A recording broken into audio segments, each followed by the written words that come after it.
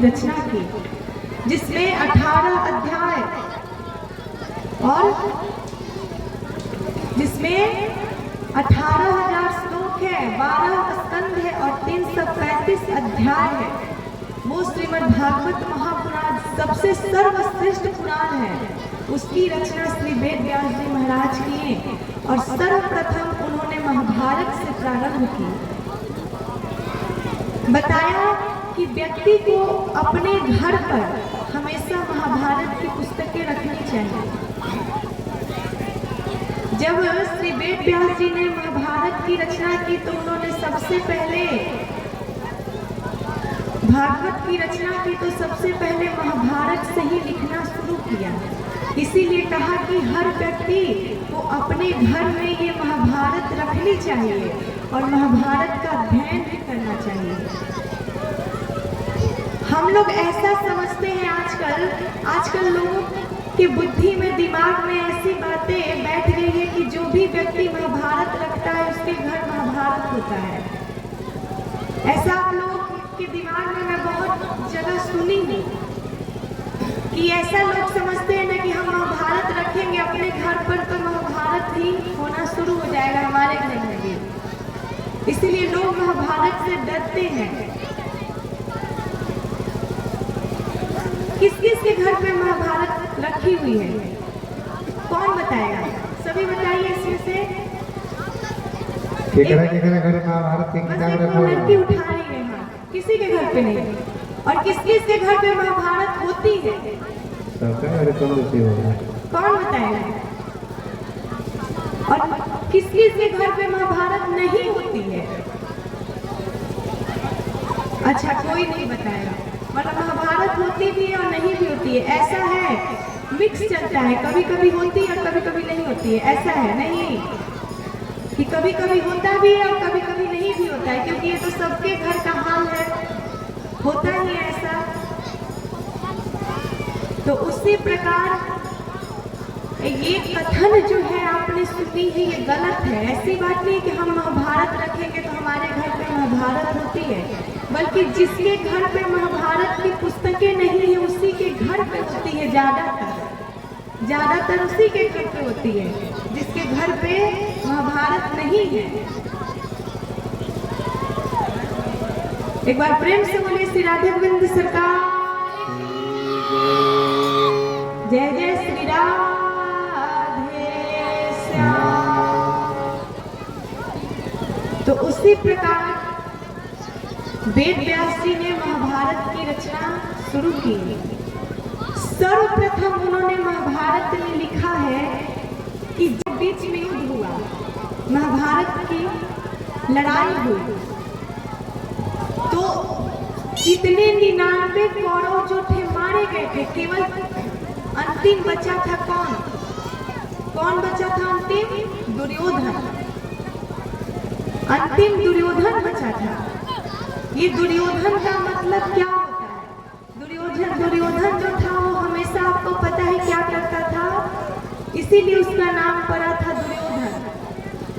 वो हमेशा दुर्योधन जो अपने धन का दुरुपयोग करता है वही है दुर्योधन। जो अपने धन को, पैसे रुपए पर अभिमान करे, गर्व करे कि मेरे पास इतना धन है, इतने बड़े बड़े आलीशान महल है, मैं राजा हूँ, लेकिन उसी धन का वो दुरुपयोग करता है, गलत जगहों पर लगाता है, वही है दुर्योधन। दुर्योधन हमेशा यही करता था। उसको अपने धन का बहुत अभिमान था महाराज, बहुत अभिमान था उसको, और हमेशा वो अपने धन का दुरुपयोग करता रहता था।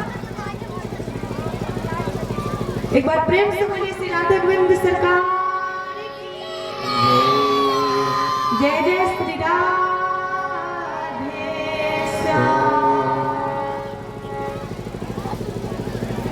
तो केवल एक दुर्योधन बचा था, इसीलिए उसको पांडवों ने रखा था कि हम तुम्हें अच्छे से मारेंगे। दुर्योधन की मृत्यु किस प्रकार लिखी हुई थी? कभी खुशी और कभी गम, इसी प्रकार लिखी हुई थी। जब दुर्योधन की जो जगह थी युद्ध में भीम भैया ने उस जंघे को तोड़ दिया था, उस पर गदा से प्रहार किया था दुर्योधन के जंघे पर। इसीलिए दुर्योधन के जंघे जो है वो टूट गए थे। हमेशा दुर्योधन क्रोध में रहता था कि भीम ने मेरे साथ अधर्म किया है, जबकि धर्म क्या है कि युद्ध में कि हमेशा एक व्यक्ति जो है, एक योद्धा जो है एक योद्धा से लड़ेगा। कभी भी गदा से जंघा पर प्रहार नहीं करना है, हमेशा धनुष ही चलाना है। या फिर गदा से लड़ना भी है तो हाथापाई करके, जंघे पर गदा से प्रहार नहीं करना है। ये अधर्म था और ठीक दुर्योधन के साथ भीम ने अधर्म किया था। इसीलिए हमेशा दुर्योधन क्रोध में रहता था कि मैं इस भीम से बदला लेकर रहूंगा। जब दुर्योधन आराम से बैठा हुआ था तभी वहां पे गुरु द्रोणाचार्य के पुत्र अश्वत्थामा आए। अश्वत्थामा ने पूछा कि महाराज क्या बात है, बताइए, मैं आपकी कुछ मदद करूं, आप क्या चाहते हैं। दुर्योधन ने सारी बातें बताई और कहा कि आप चिंता मत करिए, जब हम आपके साथ हैं तो फिर चिंता किस बात की। देखिए, संसार में ना 3 प्रकार के लोग होते हैं, एक जो है कहने वाले और एक करने वाले और एक कहने करने वाले दोनों होते हैं। जो ज्यादा कहते हैं, ज्यादा बड़बड़ बोलते हैं, वो कुछ करने वाले नहीं हैं। जो ज्यादा बोलते हैं, ज्यादा बड़बड़ करते हैं, महाराज समझ जाइए कि वो पहले ही वो कुछ करने वाला नहीं है। नहीं तो जो करने वाले होते हैं वो बोलते नहीं है। जो पहले ही बात बहुत ही ज्यादा बहुत बड़ा फेंक देता है कि मैं ये करूंगा, मैं वो करूंगा, मैं वो, तो फिर किस बात की चिंता, उस पर भरोसा करने लायक इतना नहीं है। लेकिन जो शांत है उससे उम्मीद रखी जा सकती है। इसीलिए जो व्यक्ति कहता है,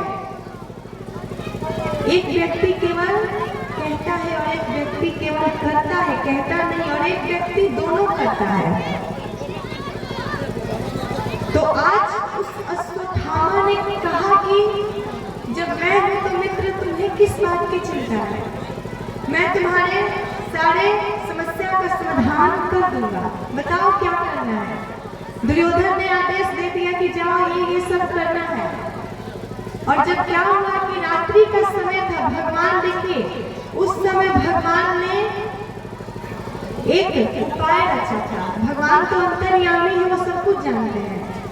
भगवान ने एक उपाय किया था कि नहीं, कि जिस स्थान पर पांडव सोते हैं उसी स्थान पर पांडवों के 5 पुत्रों को भगवान ने सुला दिया था। क्योंकि पांडव की तो अभी मृत्यु का समय आया नहीं था, पांडव अभी मरने वाले नहीं थे, और पांडव के जो 5 पुत्र थे उनका समय आ गया था। और जो कुछ भी होने वाला होता है उसको कौन टाल सकता है।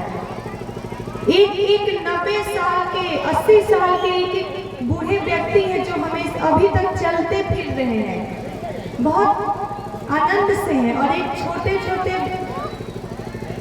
उम्र में बहुत कम जो व्यक्ति है वो चले जा रहे हैं दुनिया से। तो उसी प्रकार भगवान ने देखा कि अभी इनका तो समय आया नहीं है पांडवों का, तो फिर मैं इन लोगों को क्यों मारूं। समय आया है तो पांडवों के 5 पुत्रों का, उनका समय आया है, इसीलिए अब इन्हें दुनिया से जाना पड़ेगा। तो भगवान तो अंतर्यामी है महाराज, उनकी तो मर्जी के बिना एक पत्ता नहीं हिलता। भगवान ने उस समय ये उपाय रच दिया कि जहाँ पांडव सोते थे वहाँ पांडव के 5 पुत्रों को सुला दिया।